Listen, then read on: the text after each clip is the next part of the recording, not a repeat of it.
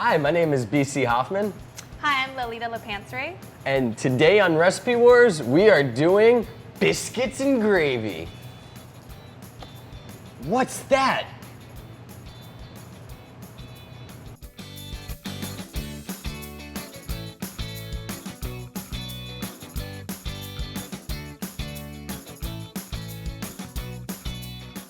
So I'm doing Biscuits and Gravy by Paula Deen.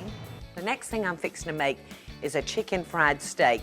This is one of these dishes, whether you're in Millbrook, New York, or you're in Albany, Georgia, or Savannah, Georgia, you're gonna find a chicken fried steak on the menu. And I'm actually doing John Pickett's biscuits, and as far as the gravy, sausage gravy that I'm doing, it's actually Maltbuster 75. This is all recipes.com's recipes. So we're gonna both start off with making our biscuits from scratch, and mine actually calls for 2 cups of all-purpose flour, 1 tablespoon of salt, 1 teaspoon of sugar, a tablespoon of baking powder going in, and I've got my shortening. This is 1/3 cup shortening. And all you're gonna do, you're gonna throw those in, and then you're gonna be doing the same thing, but you're doing the... I'm not gonna use my hands, I'm gonna use some forks. I'm going hands in.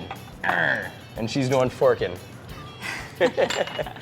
So my biscuits actually are very similar to BC's, except I'm using some yeast. So the first thing I'm gonna do is dissolve my yeast into my warm water, and I don't want to use water that's super hot because that's just going to kill my yeast.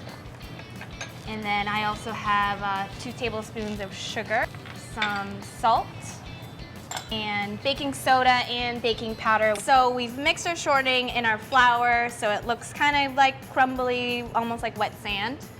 And then now I'm going to mix my yeast with my buttermilk. So I'm actually going to incorporate my milk. I've got 1 cup of whole milk.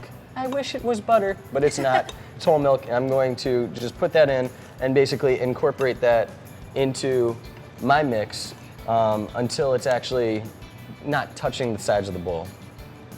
Right, so mine, because I'm using buttermilk, it's going to have a little bit more of a tang to it because of the acid in there. So, so I'm just putting enough flour on my board so that it won't stick. And you could put like a piece of parchment paper down there if you want, if you don't want to clean up your board, but this works just fine. We get dirty here at Recipe Wars because this is a war. You're going down. Oh, you're going down. No, you're going down. I got Oh. 4 out of 5 stars on my recipe. I Oh don't know yeah? about you, Well, mine got a lot.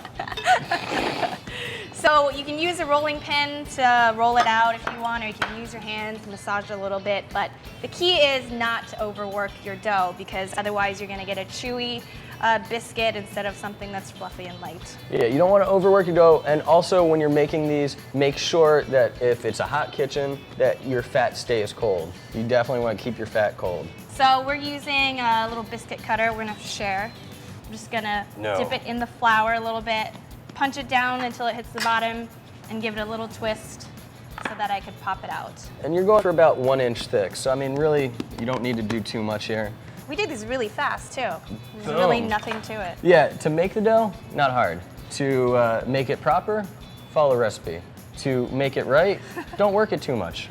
So we are now ready to make our gravy. Our biscuits are in the oven. We're gonna start on the gravy. We both have cast iron skillets because that's the way to do it. That's the way to do it. Boom. So I'm doing a sausage gravy. Sausage. And you're doing... My drippings are gonna come from this beef round steak. So my recipe, I use this house seasoning, which is just salt, pepper, and garlic powder. So I'm actually getting my pan nice and hot.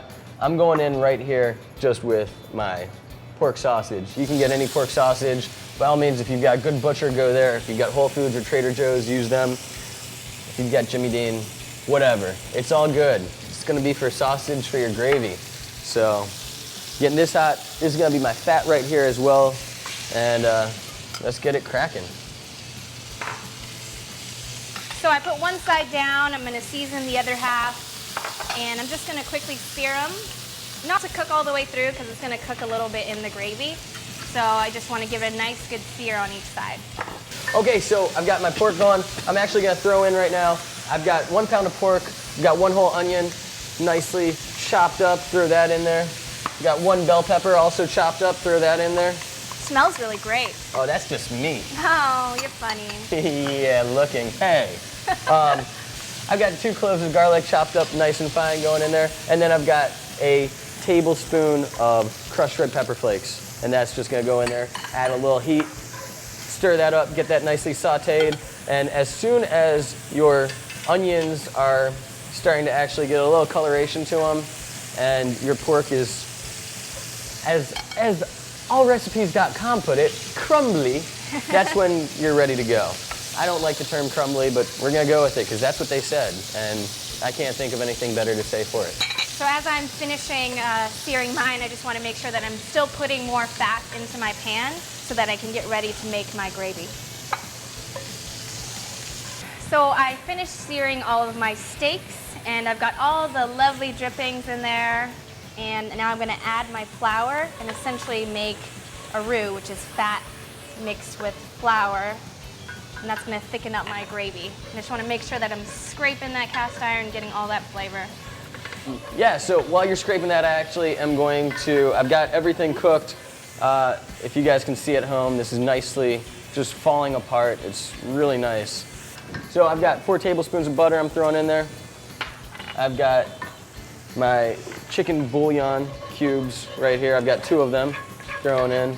Now the recipe calls for salt and pepper. Now here's the thing, if you know anything about bouillon cubes, these things are already packed with salt. I don't think I'm gonna necessarily need more salt right now. Eventually, yes, but at the moment, I would wait until I'm actually tasting the gravy itself before I add more salt. However, I'm definitely accepting the more pepper, so I'm gonna do that right now. And then as soon as that's ready, I'm going to throw in my sage and my thyme. So I have my roux, it's nice and nutty. I'm gonna slowly whisk in my milk. I don't wanna put it all in at once because it's just gonna get lumpy. Lumpy.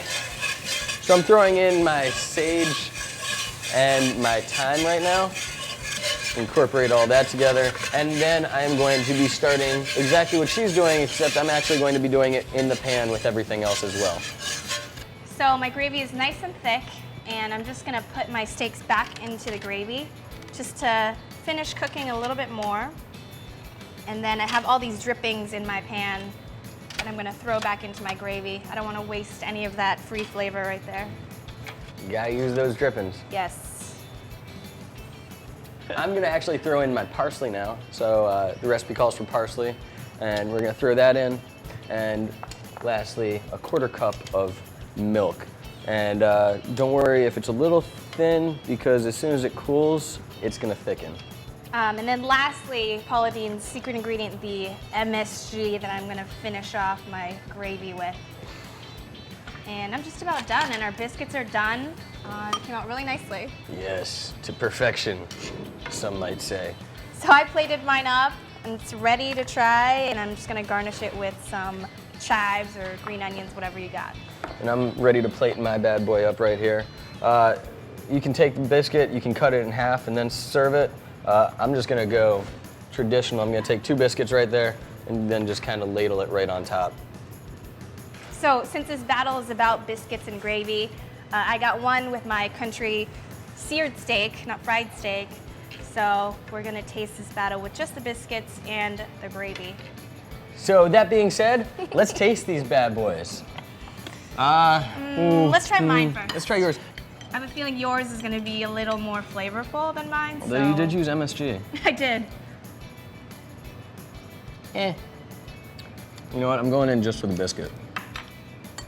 That's a fluffy biscuit. It's nice and fluffy Yeah. and moist. So Yes. I've got a biscuit right here, so we can try my biscuit that's not sopped in gravy. So let's go for it.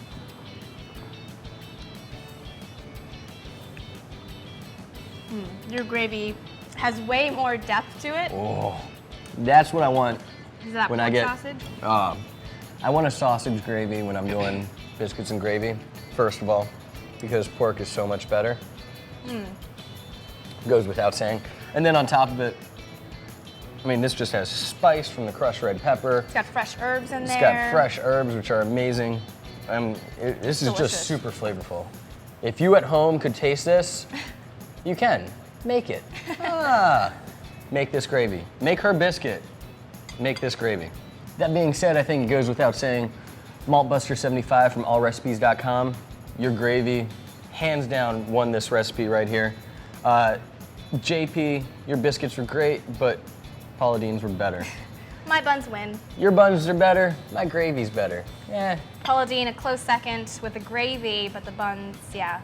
Buns were far superior on this one. Gravy's number one. My name is BC Hoffman. And I'm Lalita Lopansri. This has been Recipe Wars. Please subscribe to our channel, like us on Facebook, follow us on Twitter, and now subscribe to our email list.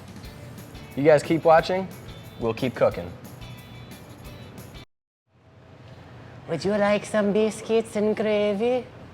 Would you like some biscuits and gravy? How about some biscuits and gravy? Hi, would you like some biscuits and gravy? Look, I've got flour for your biscuits and gravy. You'd like a biscuit with your gravy? Shut up. I've got extra gravy for your biscuit.